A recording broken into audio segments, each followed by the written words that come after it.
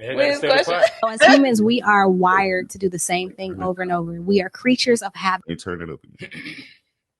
So as humans, we are wired to do the same thing over and over. We are creatures of habit. And one thing I believe could be a game changer for a lot of us is getting back to what works. What is your algorithm for yourself that works? Do you know what is your peak time to work? Do you know when the time that you probably shouldn't have any difficult conversations? Do you understand what are the things that you should be working on and the things that you shouldn't?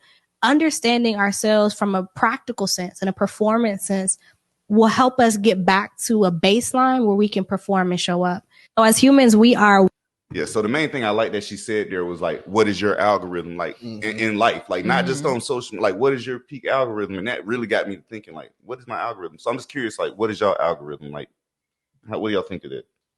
I think it's dope. And that was honestly, that was one of the things I liked about the Cat Williams thing. But we ain't gonna go and don't look like we're gonna talk about that. No, we really need to, but we could go. But my thing is I like truth. Like I really like truth. So like with me, I'm honest with myself. Like if y'all notice, like if I'm falling short when it comes down to this work that we do, I call it out on myself. I'm the niggas gonna say like, yeah, nah, I've been slacking this, da da da da. You know what I mean? I'm the type of person I don't mind taking accountability. I like taking accountability because at the end of the day, it makes it so that I don't have to think that you could be saying it behind my back and make myself feel the way, da da da. All that shit. No, I'll just put it out there. I know I'm messing up, dog. I'm gonna tell you now. That happened. I'm getting myself together. And then like another thing is that like I don't really do things that I don't want to do. Facts. I don't really do things that I want to do. And then especially if you're going to say like consistently over and over doing things that you don't want to do for people that you don't want to do them for, it's like, okay, well, I'm making myself feel some kind of way. And then I'm also giving a false expectation of from the other person that they're thinking that I don't mind doing this. So like, no, I'm just honest. Like people that's around me, even like my family, like they don't ask me to do certain things because they know that that's not the type of stuff that I'm going to do. But then in these other areas, they do come to me for because that's the type of thing that I don't mind helping with. And I do dive sometimes over and doing things that I don't like doing, but it's not, I kind of live by like being true to myself.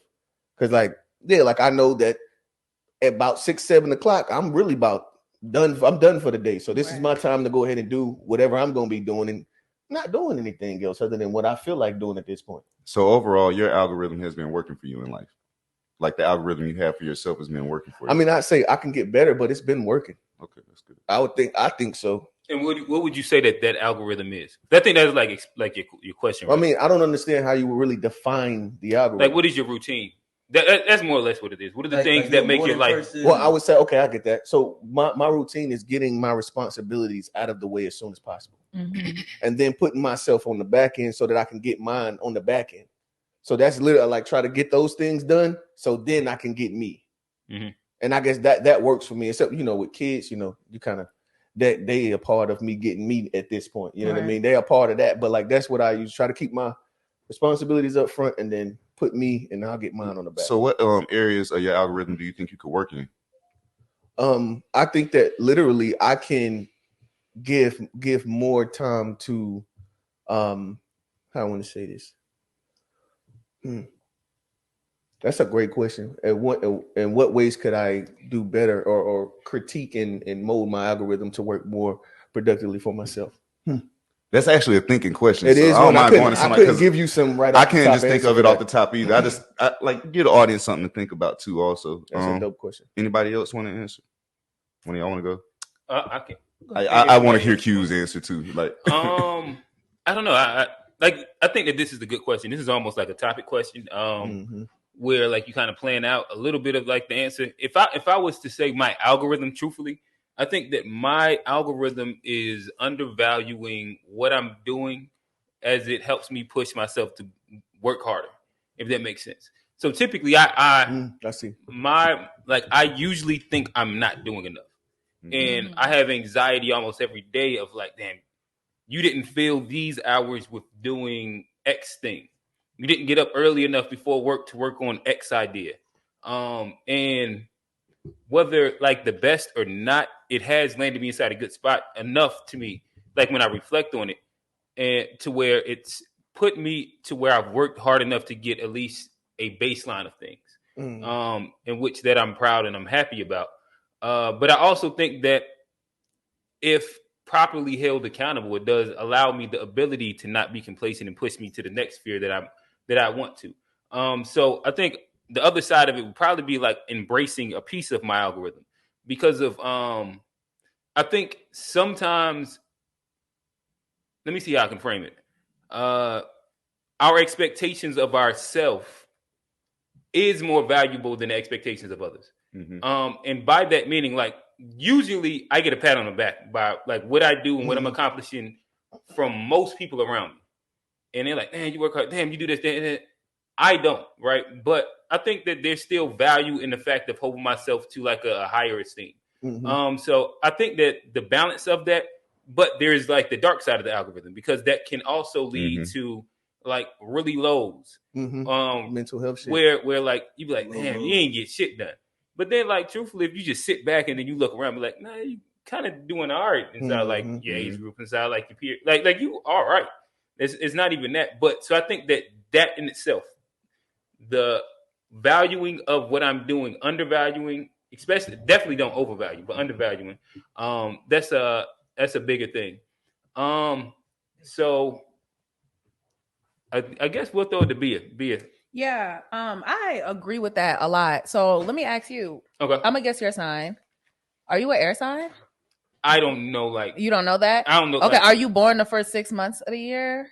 Yeah. Oh, are you a Aquarius? Do you know that? Nah, oh, okay. But you know what your sign is. Listen, so I know exactly what he is. Earth sign too. Oh, he is? Yeah, but I don't know like the. That's all I'm saying. I ain't gonna let you guess the rest. What Earth sign is the first 6 months? Are you a Wait Capricorn? No, he's not. No, he's not. Oh, that's what I was like. Oh, wait a minute. Are you sure?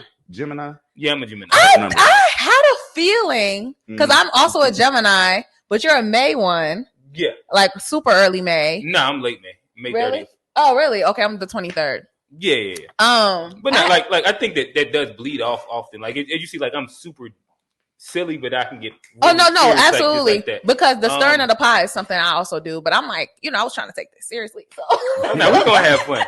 To me, like I can get really, really serious. Right. But I think my best balance is like playing because I'm typically more serious than I play. And so to that, what you were saying about downplaying your algorithm is like downplaying or undervaluing what you've done so that you could push yourself to continue. Yeah. I do the same, right? And so what I've been doing to kind of help with that, because you do slowly slip into like a depression of feeling like you're not doing enough or, you know what I'm saying? Or you could do more. And then now you're over exacerbating. Is that a word?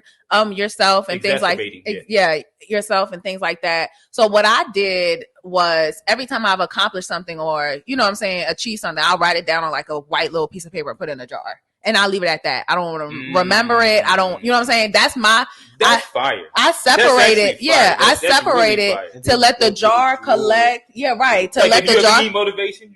I could just shake up the jar. I'm like, you know what? I did do that. You know what I did. It's like a resume of like small different things. But then I get to continue my algorithm of undervaluing what I've accomplished so that I can keep going. And so even when I walk by and I see the jar, I'm like, oh, that could get filled up a little bit more. You know what I'm saying? I could do more. Or what have I done that I haven't even written down yet to throw into that jar? So I absolutely agree on that tip. And truthfully, that's what made me ask you what's your sign. And it's crazy that you're a Gemini. Yep. But in addition to that, I mean, I think for me, 2024 is figuring out like what more can I learn about myself to make sure my algorithm is what it needs to be so I can end up where I want to end up. Like even with my graphic design and stuff like that, y'all only know one page, but I have like 4 different other pages for 4 different other things. It's like overload of like ideas and things like that. So it's like, how can I build this brand? Right. And so that's what I was saying earlier before we started recording. And not to get too much on a tangent, but I think 2024 is really about brand. And like everybody's trying to brand themselves. And people say, oh, I want to rebrand for 2024. And they're just packaging it different. But I think for me specifically is like in building this brand, what experience do I want other people to have when experiencing me? And that's what my brand will be, right? Yeah. So if I'm a good friend to my homegirls, that's my brand. That B is known to put together dope little trinkets for girls trips or things like that, or presents, or, a better woman to my man. That's my brand. You know what I'm saying? Things like that. And so I think brand and algorithm kind of go hand in hand, but the algorithm is like the housekeep part, while the brand is the part that you present to the rest of the world. But yeah, something I like that you said, Q, that like I wanted to zoom in on the dark side of the algorithm. That was a big part, because that's part of where I was looking at. Like, my algorithm isn't necessarily, I don't do terrible. Like, I'm about like how you are. I'm very hard on myself, and I have to sit there and think about it sometimes and be like, oh yeah, well, I'm actually doing okay. But there are some areas where it's like, this is like the dark side of my algorithm, and I need to get it right. Like, as far as like procrastination, like, yeah, I'm gonna do this tomorrow. I can do this tomorrow, and I do that until it comes to the last. And like, my teacher noticed this in college, and I didn't understand it, but it was like I could do stuff at the last minute, and it'd be great.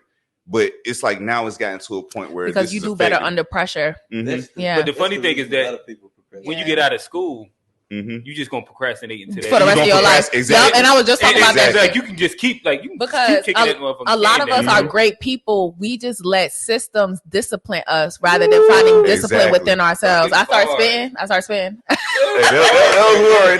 no, for real. And so my mission is to figure out in what ways can I discipline myself rather than leaning on the systems that I have been through in my life. But truthfully, I think to get me to that. If I was to piggyback to that, because of like systems is like one of those big words, especially inside like relationship wise.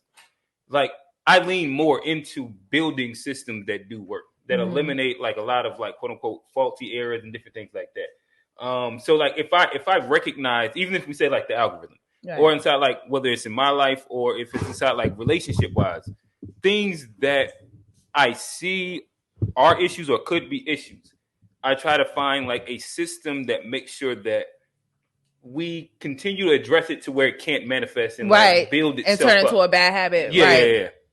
Okay. Absolutely.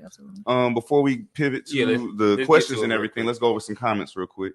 All right. This was from the interracial conversation, the interracial marriage or relationship. She said, there will always be a problem when it comes to integration. She put integration, but she correctly said interracial marriage. They're going to still look at you as black, whatever you are, man or female. Right. And folks be trying to say that, oh, I don't see color. How could you not see me? Look at me. You know what I'm saying? I'm just dark skinned. I'm not even light. You know? Me too. And that's what I was telling you. They don't even like Johnny. They fetishize you. What?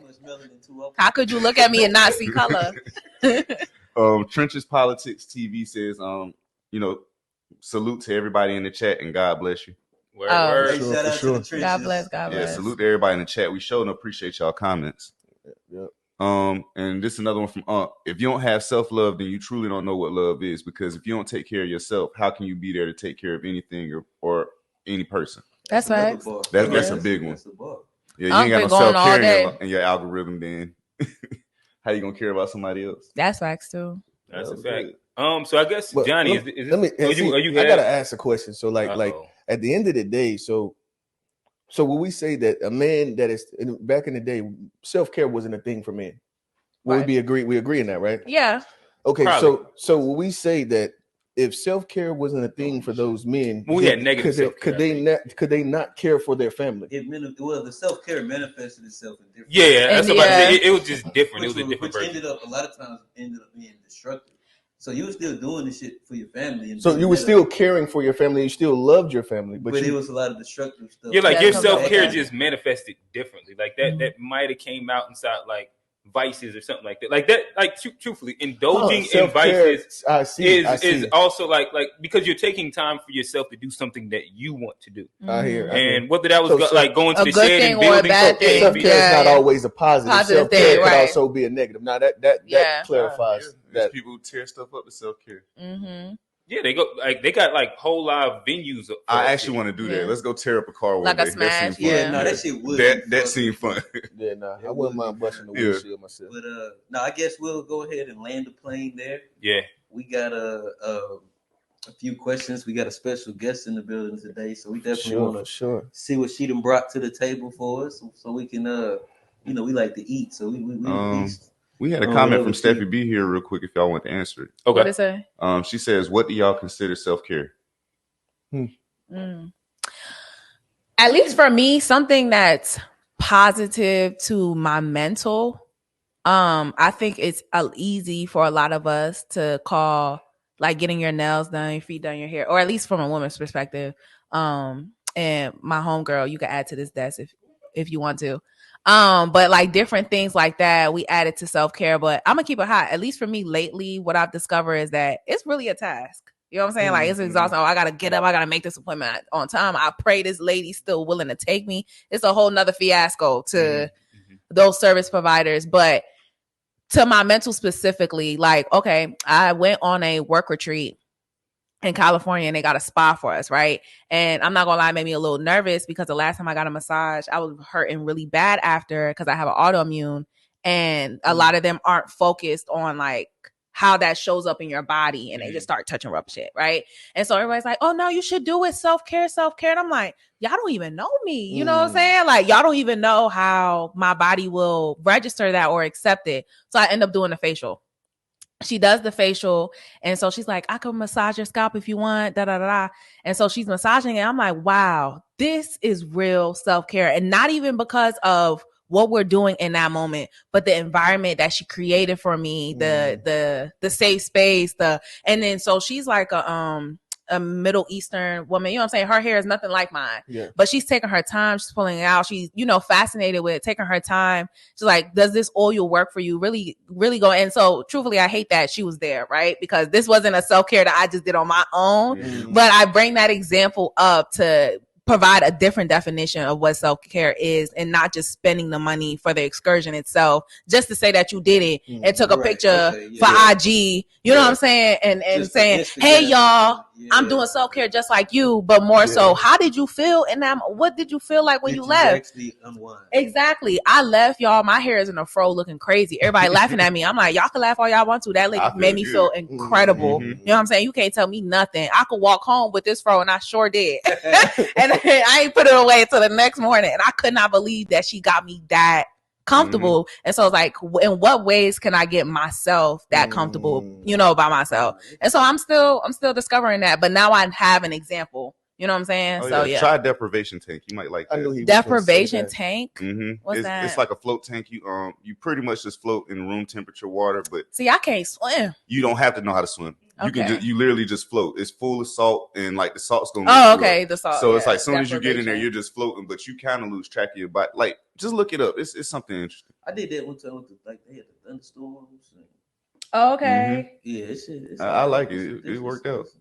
But for me, I'd say self-care is, it ain't even got to be all of that. It's like anything where I can like unplug for a little bit, and not just unplug and think, but unplug and be my true self. Like unplug, quote unquote, let your head down, show your true colors. Anytime I can do that for a extended period of time, to me, that's what I need for self-care. Cause like, to me, that's my self-care. That's that's the mental like reset I need to go back out and continue. It'd be hard to go out and go to work sometime and deal with everything. So sometimes I need that reset. I need that unwinding process to just really let my hair down and be myself for a little bit. Facts. So then I can go back and put this shield up when it's time to go into work. I didn't put it down for a couple hours. So now I can lift it back up and I'm rested. Facts. So to me, that's self-care. I guess I can answer. Self-care for me, what would I say self-care is? I think one of them would be, this sounds really simple, but I think for me, I had like a moment last night. Like last night, as y'all know, we've been trying to figure out this 5 mic thing for a while. But solving problems, like I get really excited about that. Like that's something that, like to me, I was because QJ he was down here with me, and like I felt really really good afterward, and like you know what I mean, like I'm just talking my shit, and I'm just happy because of like in general the way I approach any problem that I have is that there's an answer. Yeah, and so like no matter if like with like figuring out this answer wasn't easy, but I was determined that there was an answer. And because of that, like finding the answer and getting to the end point of that, it was so rewarding. And the high that came out of that was really, really amazing. And yeah, like, so to me, like that's definitely like a space where for me, I find that there's self-care. I think that, oh, my bad. The other one would be creating. I think being a creative in general is really something I enjoy, and finding reasons why. And to me, like I always find myself gravitating to creating, even though like my day job, I create all day, right? But creating what I want to create is something that is really important for me. And whether it's like something on a grand scale or something that's just I can sit with and appreciate, creating is something that I value, and it is a version of self-care for me. Yeah. Oh yeah, I love that solving problems one, man. That's something I'm recently just kind of discovering. Like, I love solving problems, and I haven't zoomed in on it. I knew that my whole life, but it's like as an adult, I just think everything got an answer, so I'm always just trying to find it. Like I've been realizing that more, like just the thrill of trying to figure it out. Yeah, that does excite me. I would say one of my self-care things, for me, I'm gonna go to my faith, because it's actually been something that's like reading the Bible. That is for you for sure. Yeah, reading the Bible definitely, and it's because of like that correction that I get, like the parts that I'm not seeing about myself sometimes that I'm getting from when I'm reading this. That right there is like top notch for me, because I like doing that in the morning. It's like I sit there and read, and I'm like, okay, I can be better about doing this, or I should try this, or I didn't even realize I was doing this. Like, I think that's big self-care, being accountable for yourself, with yourself. Big self-care. I like it.